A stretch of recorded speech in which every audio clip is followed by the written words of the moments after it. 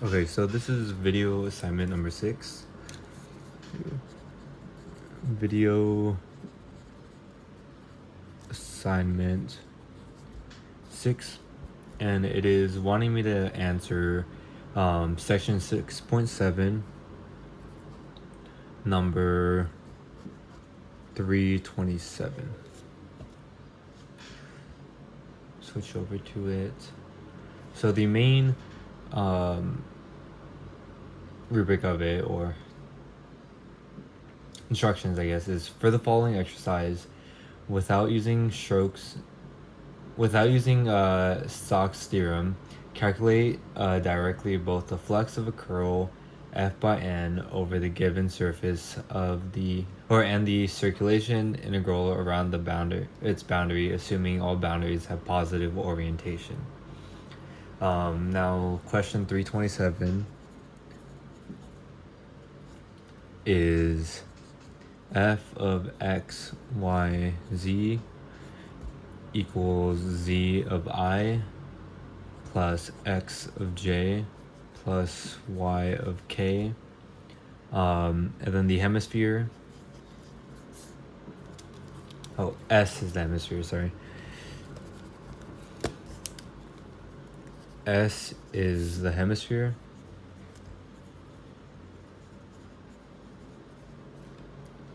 S is the hemisphere. Z equals a squared minus x squared minus y squared to the power of 1/2. So that's your given equation. So what I want to find directly is 1 being the flux and 2 being the circulation. The circulation. And the equations or given theorems for this is, for the flux, it's double integral of S being your circumference, nulda by F by n of ds. And the equation for circulation is integral C F being the flux dr, where C is the boundary circulation with a positive orientation. So now I kind of want to start with the flux to begin with, given what was the first thing that was mentioned. So so pretty much the flux is nulda by F, which is the field, making you want to find the curl. So given this, you do nulda by F, given your matrix, which would be your I, by the half derivative of the x of z, and then j by the half derivative of y of x, and then k, the half derivative of z of y. That's kind of your whole matrices given the equation. Now you just go in and expand each part out. So for the first part, I'm gonna go with the nulda of y over nulda of y, subtract that by the next portion, which is nulda of x over nulda of z, which is this, in a way. So then now you just fill in the blank, which, if you're looking up here, it gives you 1, 0, which is equal to 1. Sure you can see that. Okay, now for the second part, you just do the same thing over again using the different components. I'm gonna do z now. Of z minus half of y of x, which is the same thing, 1 minus 0, which is 1. Now third one is again the same thing, except just different. Now you're doing it for x minus of z of y, which is going to be the same number as 1 minus 0, which is 1. Now you kind of just combine these, giving you your coordinates, f, which is going to equal 1, 1, 1.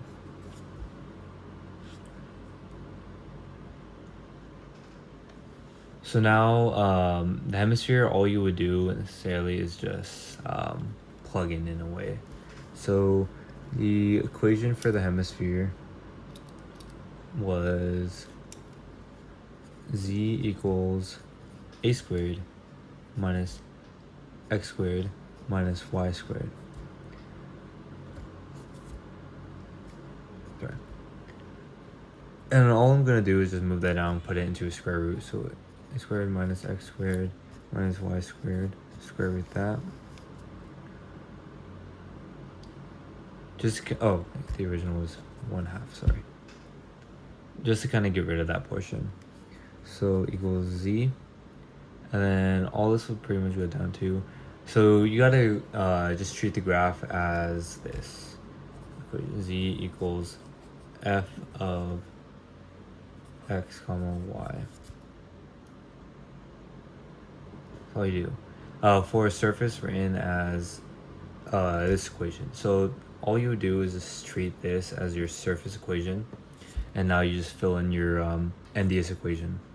So n d of s, which, if I remember correctly, was negative f of x equation, and then your negative f of y of 1 dx dy. So now all you would do is go back to your equation, your surface equation over here, and then you would compute the partial derivatives. So just rewriting this equation, grabbing it to the bottom, z equals a squared minus x squared minus y squared. Just rewriting that equation. So for partial derivatives, we're going to do that with respect to x. So I kind of want to start off with using chain rule. So with respect to x, I'm going to do z of x is equal to bringing our exponent to the front, 1/2 a squared minus x squared minus y squared. And then remember, whenever you compute the derivative of it, you subtract 1 from it. So 1/2 subtracted by 1 is negative 1/2. And then you just do the outer, negative 2x. So then all you do is you just go in and simplify at this point. So z of x is equal to negative, because that, bring it forward, of x, because the 1/2, I'm going to do a squared minus x squared minus y squared. And then this would simplify down to negative x over z. Now all you do is pretty much do the same, but just switch it for y. So in respect to y, so z of y, and then you just do the whole thing over again, which all it changes is your numerator. So let's give you y over z, because this is the only portion that's really changing. And then hence you're just doing it. So grabbing both of these, I'm gonna put it into its original equation. So negative f of x is equal to x of z, just to kind of take the negative out of this and put it in the front. Well, it's kind of, all it's saying is your f of x is going to be negative, which we know, so we don't really have to carry that over. And then your f of y is going to be, negative f of y, sorry, be y over z. And then this portion kind of fills in this area. So then what this means is n of d of s is equal to filling in our original x of z as our x, y of z as our y, 1, dx dy. So that'll be that portion. And now all you would do, or from there, now you would compute the dot product. So from our original, if we remember, it was nalda of f is equal to our coordinate system that we got 1, 1, 1. So then just rewriting this, you would do nalda of f parentheses is equal, or not equal to, sorry. Now you get your n equation in there. So you multiply by n is equal to 1, 1, 1 multiplied by our, I believe it was x of z, comma, y of z, comma, 1. So you get that. Now all you do is just multiply the things over as if it was pretty much the same thing. You're just multiplying the corresponding components pretty much. So then you would get this would equal into x of z plus y of z plus 1. That's all it simplifies down to once you multiply. So what this means is nalda of f by n is equal to 1 plus, and then if you just multiply this, or if you just combine like terms because they have the same denominator, all I did was just did x plus y over z, just to kind of simplify it. And then from here, what you would want to do is just set up the integral. So pretty much the projection of the hemisphere needs to be shown onto the xy plane. So what this will give you is your equation of d, which is x squared plus y squared is less than or greater to a squared. As if it was x plus y equals 0 or 1 or whatever it was. And then grabbing our original equation written before, we use this one for the flux. So it was double integral of s by nalda times f of n ds. So rewrite that.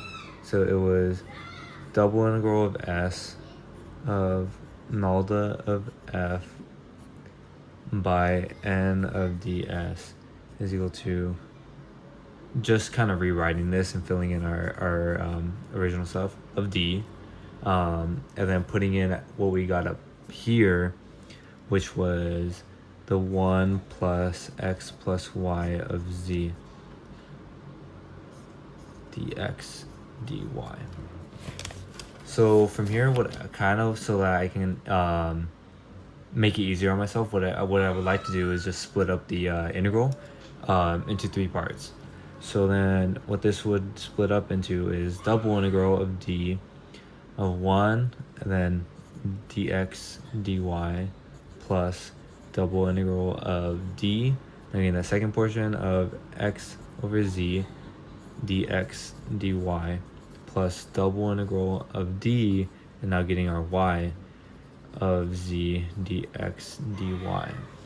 So now from here I would want to evaluate each integral, just going part by part. So the area of the disk for the first part is pi a squared.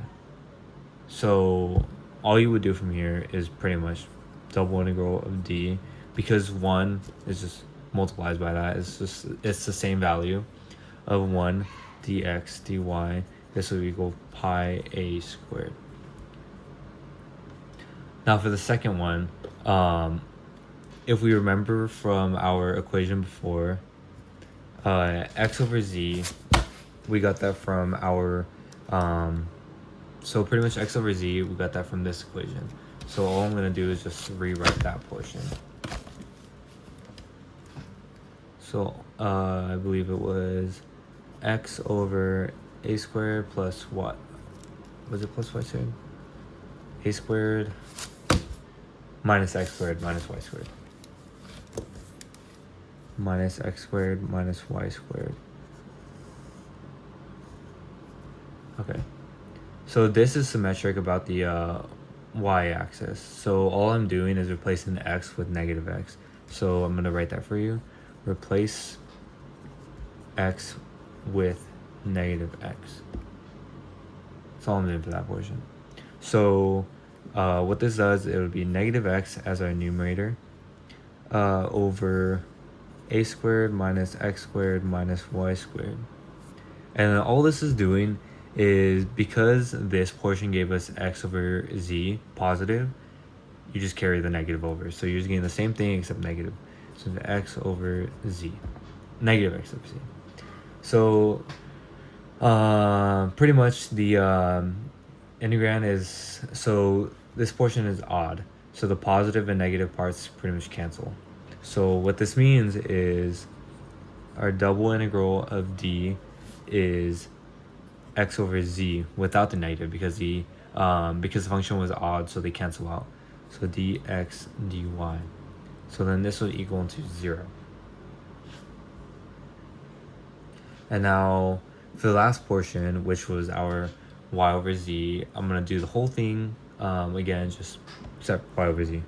So this will be y over z, which was y is odd. So pretty much all this does is the same thing. So this is odd. I'm going to make a note of that. So the same thing, double integral of d of y over z dx dy is equal to 0. What I kind of told myself to remember was, anytime it's just variables left over, I kind of just cancel it out, meaning it's just 0, the value. Unless if there's a constant or something else with it, then I kind of just ignore that portion. So then what we were left with was, so for the final flux, all we're doing is just adding them all together. So what we got originally was pi a squared plus 0 plus 0, which gives you pi a squared as the flux. Flux. As a flux. So now for part 2, you're going to get a circular integral.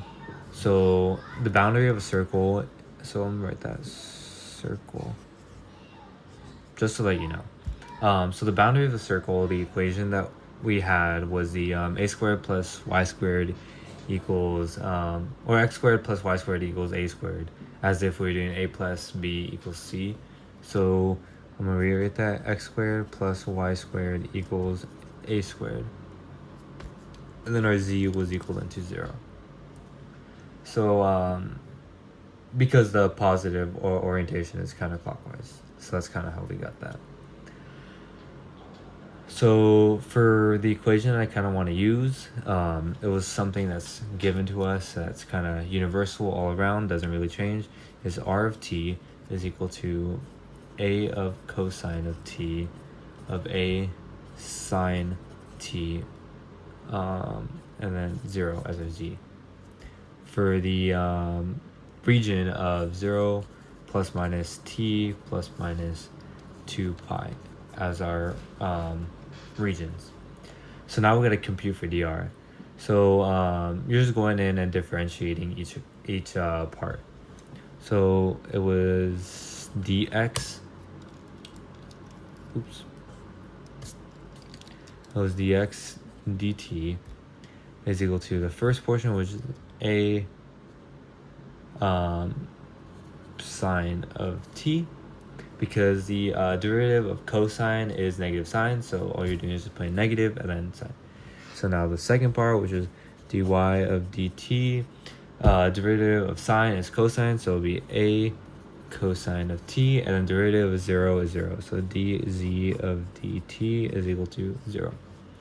So pretty much dr, combining all this together, dr is equal to negative, first one, a sine t, a cosine t as our y, then 0 as our z, dt. Kind of just throwing that out there. So now you want to evaluate the vector field on the curve. So the field equation, or the field, is f equals z x y on the boundary of z equals 0, as I wrote above. And then so, or not above, sorry, right here. So now you're just writing each equation out. So x was equal to negative, or the original was negative, sorry, not negative, a cosine t.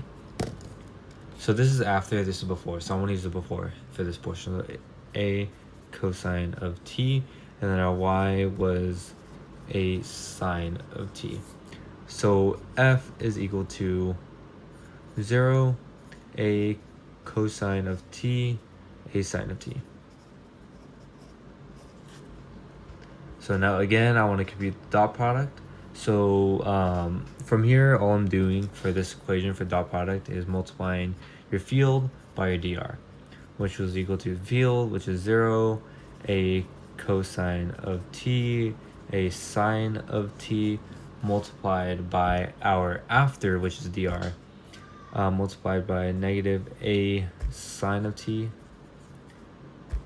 a cosine of t, 0, dt. Can't forget the dt, that's also detrimental for this. So first I want to multiply the components. So 0 multiplied by negative a sine of t, all I'm doing is pretty much just going back and forth, is equal to 0. Now second, a cosine of t multiplied by a cosine of t is equal to a squared cosine squared t. Now the second, or the last part, the third part is last part, a sine of t multiplied by 0. Sorry. Which is going to equal to 0. So f of dr is equal to a squared cosine squared of t. That's this portion that was left over. So from here, I want to integrate. Just looking at what I have left. Okay. So from here, I want to integrate. So I'm going to do integral of c of f by dr is equal to integral of 2 pi of 0. And then our equation, which is a squared cosine squared t of dt. So now I want to factor out the constant, so bringing the a forward. So I'm going to do equals a squared integral 2 pi of 0 cosine squared of t dt. And then I want to use the identity. So cosine squared of t is, if I remember correctly, it was 1 plus cosine 2t over 2. So that was that identity. So kind of plugging that in, which is a squared 2 pi of 0 of 1 plus cosine of 2t of 2 dt. So from here, I want to split up the integral. So what I'm doing is a squared, kind of bringing the 2 out of it just so that I can make it look a little clean. So I'm bringing it to the front. So a squared over 2. Sorry, let me not forget my brackets.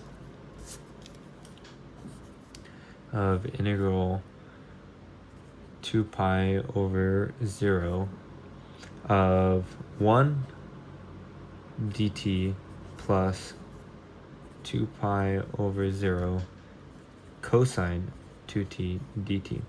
So I want to split it up into 2 parts just so that it's a little easier to do each part. So now from here I'm going to do integral of 2 pi over 0 of 1 dt, so kind of just plugging that in. That gives you 2 pi left over.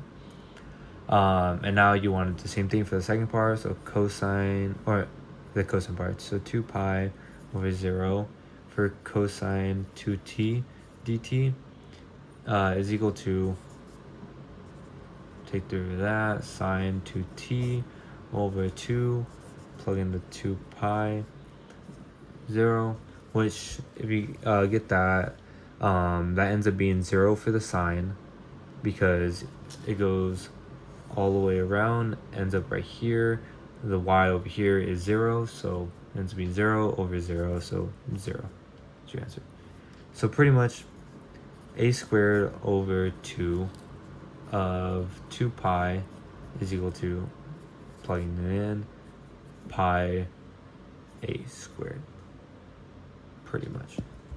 So the final answers to the equation was flux. We ended up getting the 1 second, let me find it. Flux was pi over a squared. So rewriting that original equation was double integral of s of nalda of f by the n of ds, which gave us pi a squared, which was that answer. And then for our circulation, I don't know how I misspelled that. Circulation,